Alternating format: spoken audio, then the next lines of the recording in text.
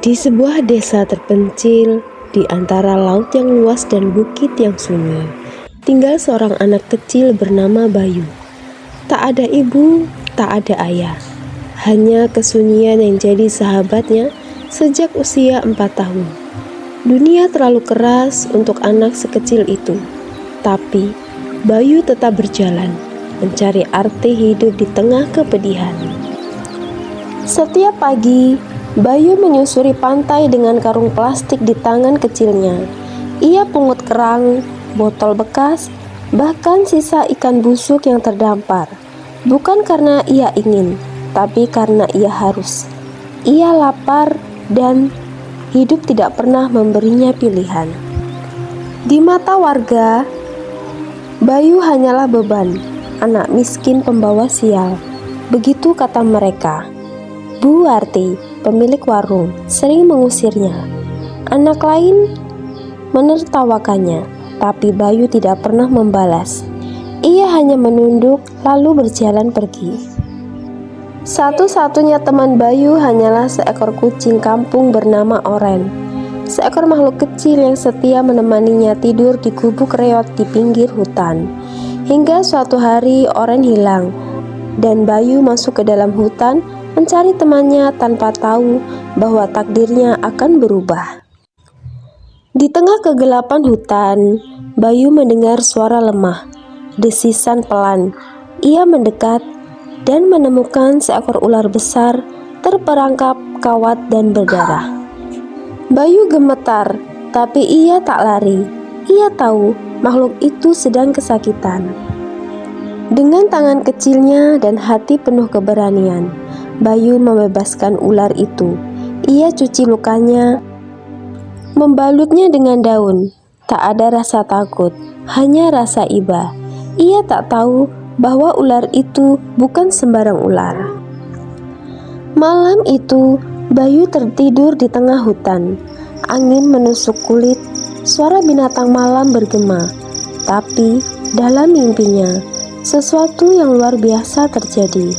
Seekor ular bersinar emas muncul di hadapannya, dan perlahan berubah menjadi sosok wanita berjubah cahaya.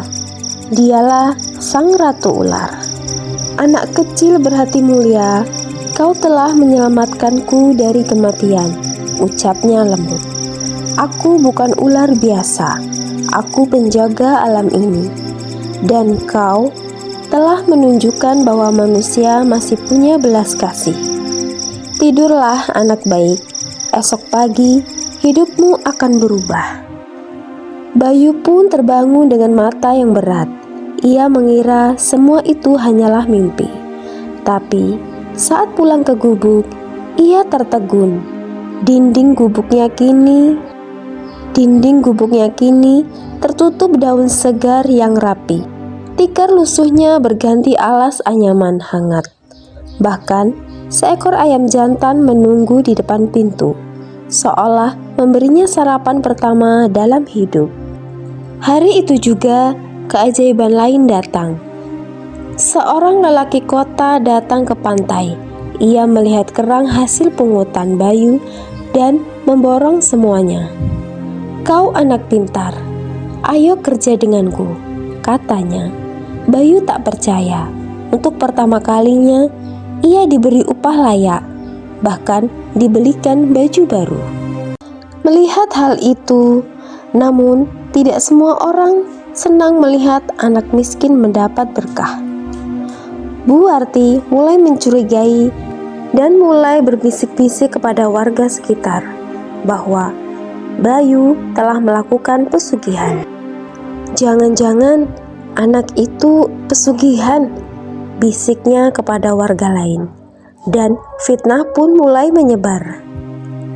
Anak-anak yang dulu mengejeknya kini mendekat, bukan karena peduli, tapi karena ingin ikut merasakan rezeki Bayu. Tapi Bayu tetap tulus. Ia berbagi makanan, memberi mainan bekas yang ia beli di pasar.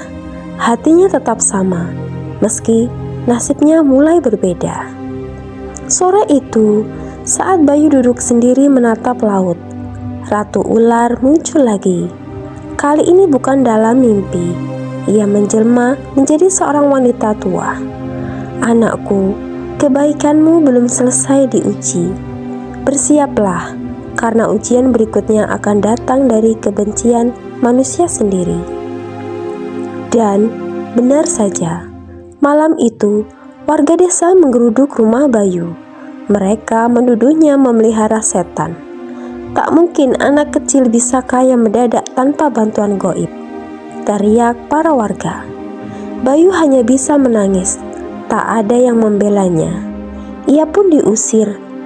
Di tengah malam, dengan hati yang sedih, ia hanya membawa satu kantong kecil, beberapa pakaian. Bayu kembali ke hutan. Ia duduk di bawah pohon besar, menatap langit gelap. Aku hanya ingin hidup baik, bukan menyakiti siapa-siapa, lirihnya. Tapi dari balik pepohonan, sang ratu ular kembali datang. Kali ini menawarkan pilihan yang akan mengubah segalanya. Bayu, kau bisa tinggalkan dunia manusia yang kejam ini, ucap ratu ular lembut. Ikutlah bersamaku ke kerajaan bawah tanah. Di sana, kau bisa hidup dengan kemewahan yang tak pernah kau bayangkan. Namun Bayu hanya menunduk. Ia menggeleng pelan. Aku tak butuh kemewahan ratu. Aku hanya ingin orang-orang tidak menderita seperti aku dulu. Ucapan itu membuat mata ratu ular berkaca-kaca.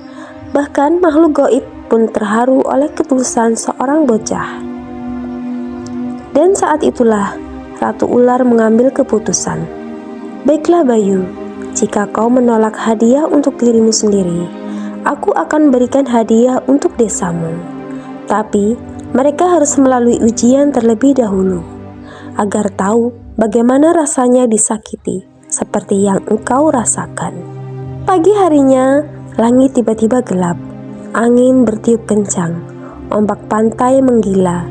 Para nelayan tak bisa melaut. Tanah retak, air sumur mengering. Desa pun panik. Semua orang ketakutan. Bu Warti gemetar dalam rumahnya.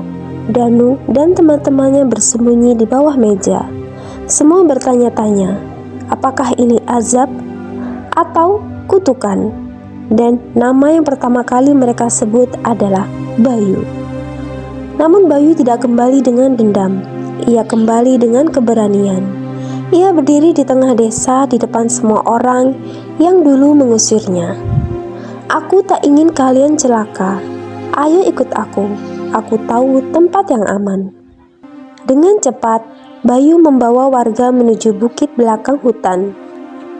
Hujan pun mulai turun deras. Angin semakin liar. Tapi Bayu terus berjalan menuntun mereka. Kakinya yang luka, bajunya basah kuyup, tapi ia tak pernah menyerah. Di puncak bukit, mereka semua bersembunyi di gua batu. Dari sana, mereka melihat rumah-rumah di desa mulai terendam air laut. Warga pun menangis, tapi di tengah kesedihan, mereka menatap Bayu dengan mata berbeda. Tak ada lagi ejekan, tak ada lagi hinaan, hanya rasa malu dan syukur. Mereka sadar bahwa anak kecil yang dulu mereka usir adalah penyelamat mereka hari ini. Di malam itu, saat semua terlelap di dalam gua, Bayu berdiri sendirian di mulut gua, menatap sang rembulan. Terima kasih Ratu, kau telah memberi mereka pelajaran yang tak bisa diajarkan oleh manusia. Esok paginya, badai reda, desa hancur, tapi nyawa terselamatkan. Dan di tengah puing-puing muncullah sebuah kejutan. Sebuah truk bantuan datang, membawa makanan, pakaian, dan perlengkapan. Ternyata, salah satu video Bayu menolong warga saat badai direkam diam-diam oleh seseorang dan viral di media sosial. Ribuan orang tersentuh. Bantuan pun datang dari mana-mana. Bayu bahkan diundang ke televisi nasional. Ia diwawancarai, diberi beasiswa, dan dipanggil sebagai pahlawan cilik dari pantai selatan. Tapi Bayu tetap rendah hati. Aku hanya melakukan apa yang menurutku benar, katanya lirih di depan kamera. Hari itu, desa pun berubah.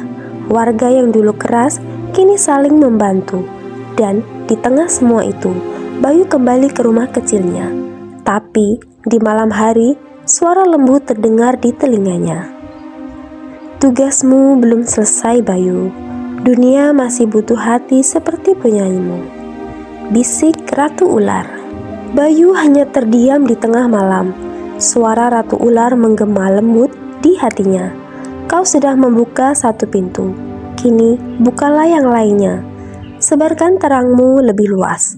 Dan sejak saat itu, Bayu tahu hidupnya bukan lagi untuk dirinya sendiri.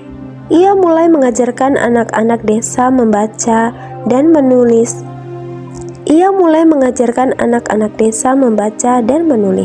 Di gubuk kecilnya. Ia tak dibayar, tapi semangat anak-anak menjadi bahan bakar hatinya. Lambat laun, gubuk itu berubah jadi tempat belajar. Dindingnya penuh gambar harapan. Melihat niat tulus itu, seorang dermawan dari kota datang. Ia membangun sekolah sederhana dan menunjuk Bayu sebagai pengelolanya. Bayu masih sangat muda, tapi semangatnya lebih dewasa dari usianya. Warga desa yang dulu mengusirnya, kini menyumbang seadanya. Kayu, genteng bekas, bahkan makanan untuk murid. Mereka tersentuh, karena Bayu tak pernah menuntut balas. Ia hanya menebar sebuah cinta. Namun ujian belum selesai. Sekelompok orang luar ingin membangun resort mewah di desa mereka. Mereka datang dengan uang dan janji manis, ingin membeli pantai, menggusur rumah warga. Warga nyaris tergoda, tapi Bayu berdiri di depan mereka.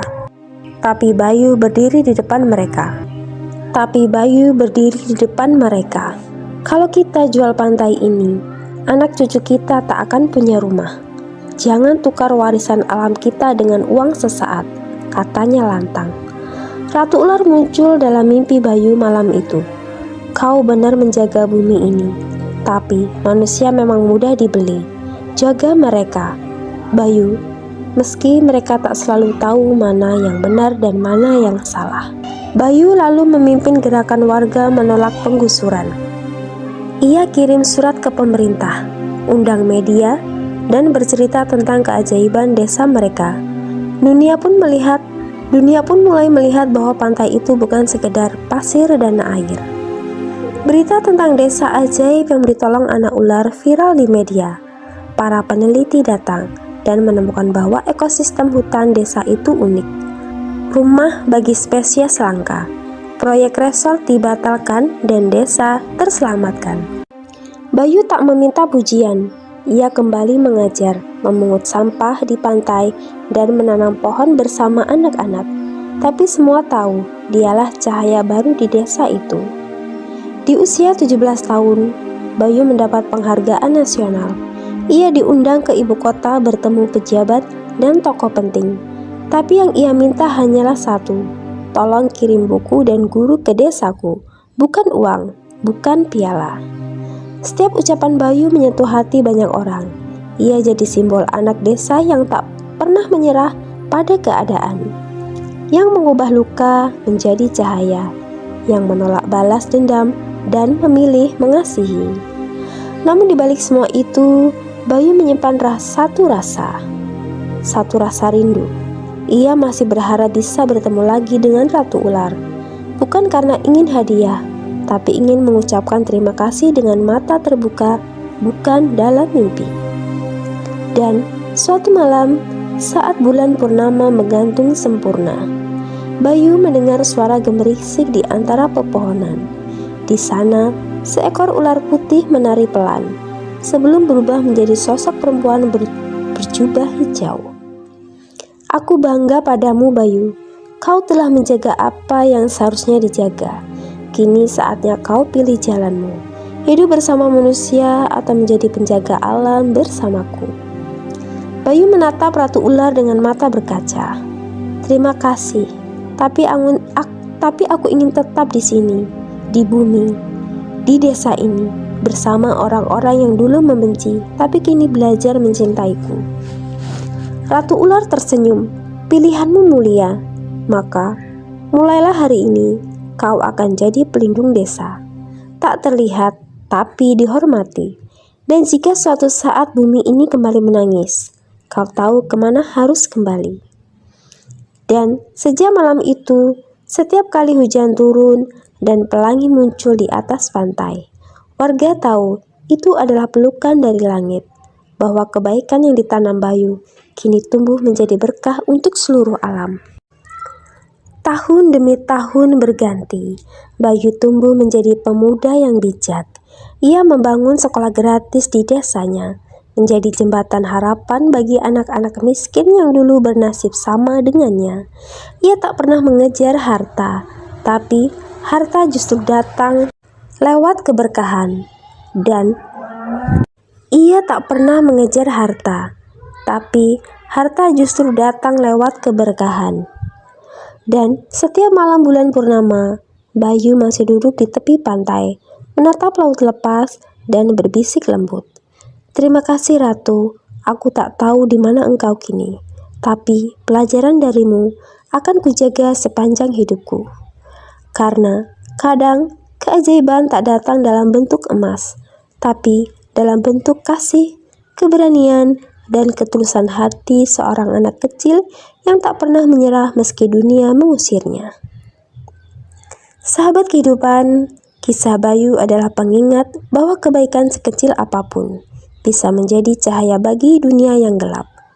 Jangan pernah meremehkan anak kecil, karena bisa jadi merekalah titisan cahaya yang dikirim Tuhan untuk menyelamatkan dunia.